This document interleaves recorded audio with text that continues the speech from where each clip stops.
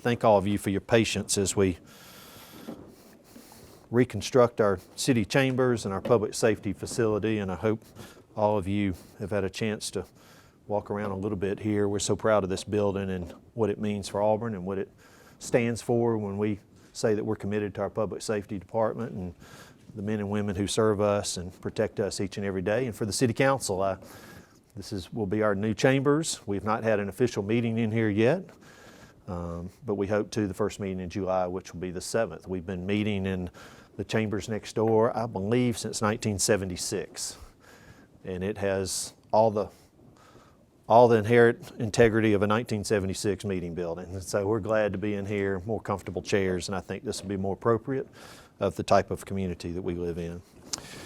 Anyway, thank y'all for being here this morning. And I just want to spend a few minutes talking to you about my action plan to discuss and to confront the upheaval and the unrest that we have seen in our country.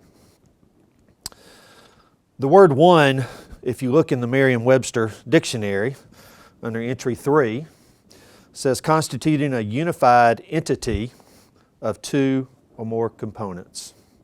It also says being in agreement or union. As I've watched the goings-ons of the last month, and in particular related that to the community that I've lived in since 1965, it was comforting to me to know that we had no history that was recorded on a cell phone or through a video camera or in a book of horrible atrocities that we've been witnessing here in the last few months. I've said before what happened in Minnesota was disgusting. It was terrible. It was unnerving to think that one person in power could put their knee on one person's neck who was subservient to them and leave it there for 9 minutes while others watched, while others videoed, while he was screaming for his life, and that was allowed to happen. That has served as a catalyst for all of us to look in the mirror and talk about and look at who we are in our own hearts, where we're going, what are our beliefs, and what are our hopes and dreams for our community. And it's really been challenging to me. As I said, I've been here since 1965. My parents raised me in a house that respected and honored other people of color. In their business, I'll never forget my mom telling me about Officer Pete, who was their first African-American employee in the late 60s in my family's business. He was in the Air Force ROTC program here, grew up in Tuskegee, and my mother adored him and loved him. She was from South Georgia, grew up in a segregated school system in a very small southern town. I can only imagine what the world was like that she grew up within. My dad was from Montgomery. We all know the history that Montgomery has in the civil rights movement in the 50s. And that's when my dad was there going to Lanier High School. My grandfather was running a business in downtown Montgomery. Once again, I can only imagine what they were exposed to. But Pete was a fantastic human being. And my mom loved Pete. And she has always told me the story about the first time she invited Pete to her home. And other than an employee in service to my family, that was the first African American that had ever been into my mom's home, where she cooked dinner for that person and welcomed them into the family. Pete went on to be a member of the Thunderbirds, the Air Force elite flying team, and actually lost his life in an accident in California a couple years ago. Interestingly enough, his daughter also came to work for my family 20 years later. I was very fortunate that I went to first grade at Dean Road Elementary School the first year that Auburn's school system was integrated. Auburn went from a segregated school with African American children who were at Boykin and J.F. Drake to a school system where we all came together. And I was fortunate and blessed. And I've always considered myself honored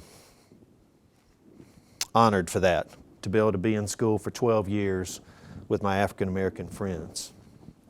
I also got to play basketball for the first ever African American coach of any sport in the Auburn City School System, Coach Frank Talbert, who ended up having a Hall of Fame career, won a state championship. There's a field house named for him at Auburn Junior High School, which used to serve as Auburn High School. And I was on his first and second team at Auburn High. And I've told Coach Talbert many, many times that other than my father, he's the most important man in my life because of the lessons that he taught me, the demands he made of me, and the maturity he brought forth in that time I was with him. And to this day, I still love him. But what those two opportunities brought to me, along with the fact that I was involved in many activities, whether it was sports or school service clubs, where I was in and around my African American classmates, is it brought a comfort level to my own life, where I could look in the mirror and say, I'm not a racist, I'm not part of the problem, but I'm also too comfortable in saying that I've never been part of the solution. And so I believe it's time for us as a community, even though we don't have the terrible history that we can view on YouTube, even though we don't have the awful articles that we can go back and research and look at things that might have happened or did happen in our community, this does provide the perfect opportunity for us to improve, for us to face the realities that some people's lives are not as good as ours, some people's lives are harder than ours, and what can we do to assist them? But more importantly, what can I do as the mayor of this town to say that I'm not comfortable anymore and that I hate racism and that I want to do something about it? So today I introduce to you the One Auburn Action Plan. The One Auburn Action Plan contains 5 different tenets that hopefully in our community will create discussion, will create action, will create camaraderie, and will create fellowship that brings Auburn to a brighter place and a more hopeful future that includes all of our citizens. Tenet 1 is one recognition. One recognition we did last Friday. Myself and the Mayor Pro Tem filmed a video, and we have officially recognized Juneteenth as an important day in our community's history. This event, as many of you know, was supposed to happen on Friday, but we rescheduled it today for some health-related concerns within my family, and I didn't want to bring all of y'all to a room last Friday not quite knowing what was going on. Just to let you know, for all transparency, my tests were negative, so we're all good. But for the first time in Auburn's history, we have recognized Juneteenth as an important day, as a day that we treat with honor, as a day that we remember, and we hope that it's a day that creates celebration and real recognition as we move into 2021. And we'll be asking the community to join us with that. One recognition. One read. I'll be challenging our community to come together in small groups of 5 or 6 or 7 or 8 and choose a book and read that book, not to finish it, but to talk about it, to take time out between every chapter, every 2 chapters. Sit yourselves around the table with 6 feet between you and face and mask on and discuss what you have read in a safe, comfortable setting that uncomfortable conversations could be had. I ask you to consider that group to be multi-generational and multiracial so that the perspectives and understandings that you receive come from many different avenues. I will be reading this book, Under Our Skin, written by former SEC football player and NFL football player Ben Watson.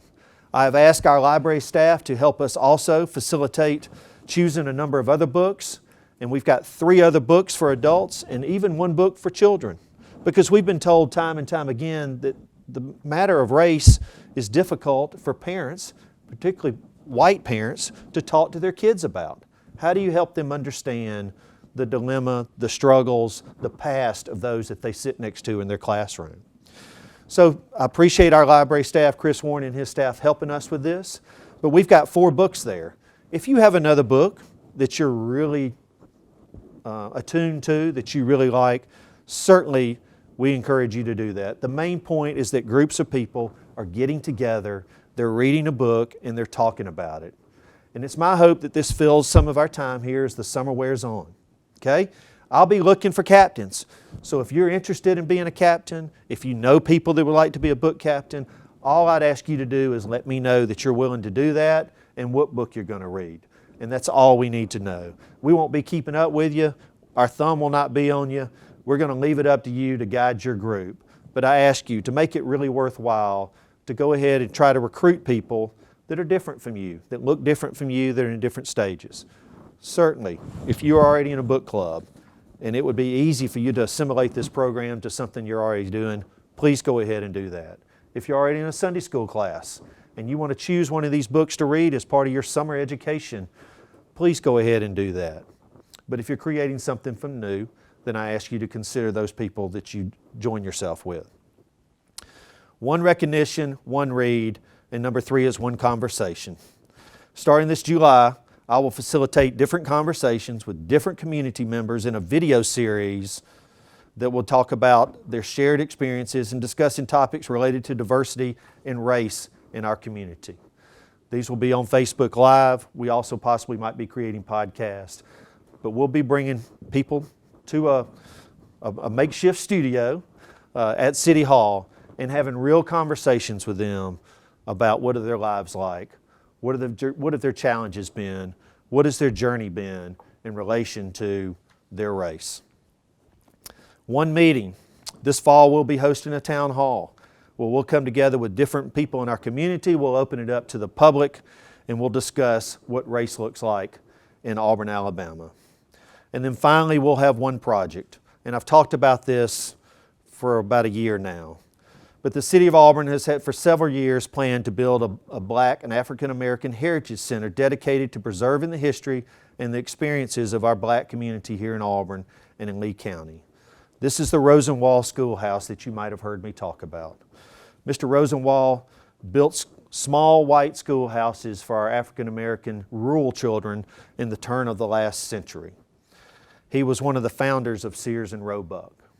It's our desire and our dream to build a little white schoolhouse in Northwest Auburn and it become a heritage center, a history center for our Black citizens to talk about what has their life been like here in this community. It could also be used for educational purposes. It could be used for celebratory purposes. We will try to make it multifaceted. But it will be a signal to everybody in our community that your past is important to all of our future. As I said before, what we're trying to do is create a safe place for uncomfortable discussions. Just 2 weeks ago, Auburn had a major industrial announcement where a local company, through its science, through its research, received a contract, a grant from the United States government and the Department of Defense to bottle and ship the vaccine for COVID-19.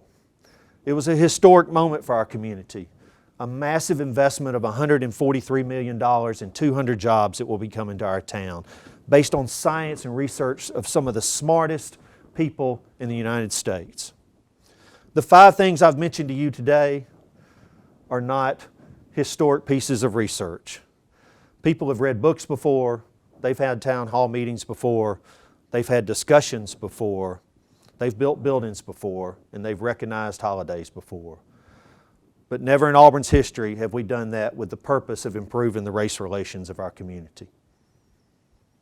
And so today, I ask our community to put aside some time, to free yourself up, and to make your community better.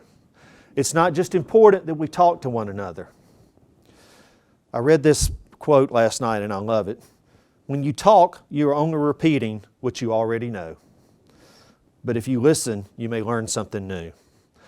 I challenge my community to listen to one another. It's important for Auburn's future. Don't get comfortable with our past. Don't be proud of the fact that we're not on the news. It's time for us to get better and recognize that we don't live in a perfect town and that there are real struggles here and that we can make Auburn a better place. I ask you to listen to understand and not to respond. My Black brothers and sisters need me to listen to them. They don't need my response. They need my ears. They need my heart. Maybe eventually there's a response there. One Auburn. It's our chance now to take something that's negative and make it a positive. And it's my hope that people in our community will take this seriously and will find time to participate to make Auburn a better place. Thank all y'all for being here today. I appreciate it.